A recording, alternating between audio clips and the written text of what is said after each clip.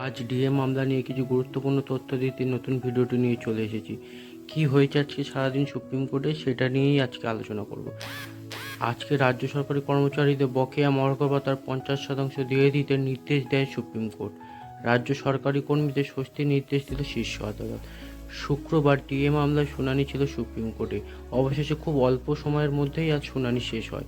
তার মধ্যেই প্রথমে আদালত রাজ্যকে বলে 50% মহার্ঘ ভাতা দিয়ে দিন, কিন্তু তখনই রাজ্যের অনুনয়ে সুপ্রিম কোর্ট নির্দেশ দেন বকেয়া মহার্ঘ ভাতার 25% এখনই দিয়ে দিতে হবে। এক্ষেত্রে 2009-এর 1 জুলাই থেকে বকেয়া মহার্ঘ ভাতা পাওয়া যাবে। 4 সপ্তাহের মধ্যেই বকেয়া মেটাতে হবে, জানালেন সরকারি কর্মীদের একাংশের আইনজীবী বিকাশ রঞ্জন ভট্টাচার্য।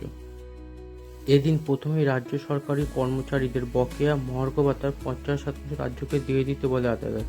মামলার ভাগ্যের ওপর বাকিটা নির্ভর করবে, পর্যবেক্ষণে জানান বিচারপতি।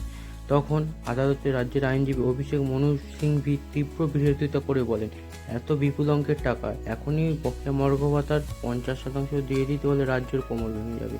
তাছাড়া তিনি ব্যাখ্যা দিয়ে বলেন, মহার্ঘ ভাতা কোনো সাংবিধানিক অধিকার নয়, এখনই বকেয়া ডিএর 50% দেওয়া সম্ভব নয়। তারপর সব শুনে শীর্ষ আদালত জানায়, এখনই বকেয়া মহার্ঘ ভাতা 25% দিয়ে দিতে হবে, এরা আপনাদের কর্মী, ফলে অসুবিধার তো কোনো কারণ নেই। রাজ্যকে বলেন বিচারপতি সঞ্জয় কারোল। আগস্ট মাসে এর পরবর্তী শুনানির দিন আবার ধার্য করা হয়েছে। এরকম ইনফরমেটিভ ভিডিও পেতে চ্যানেলটি অবশ্যই সাবস্ক্রাইব করুন।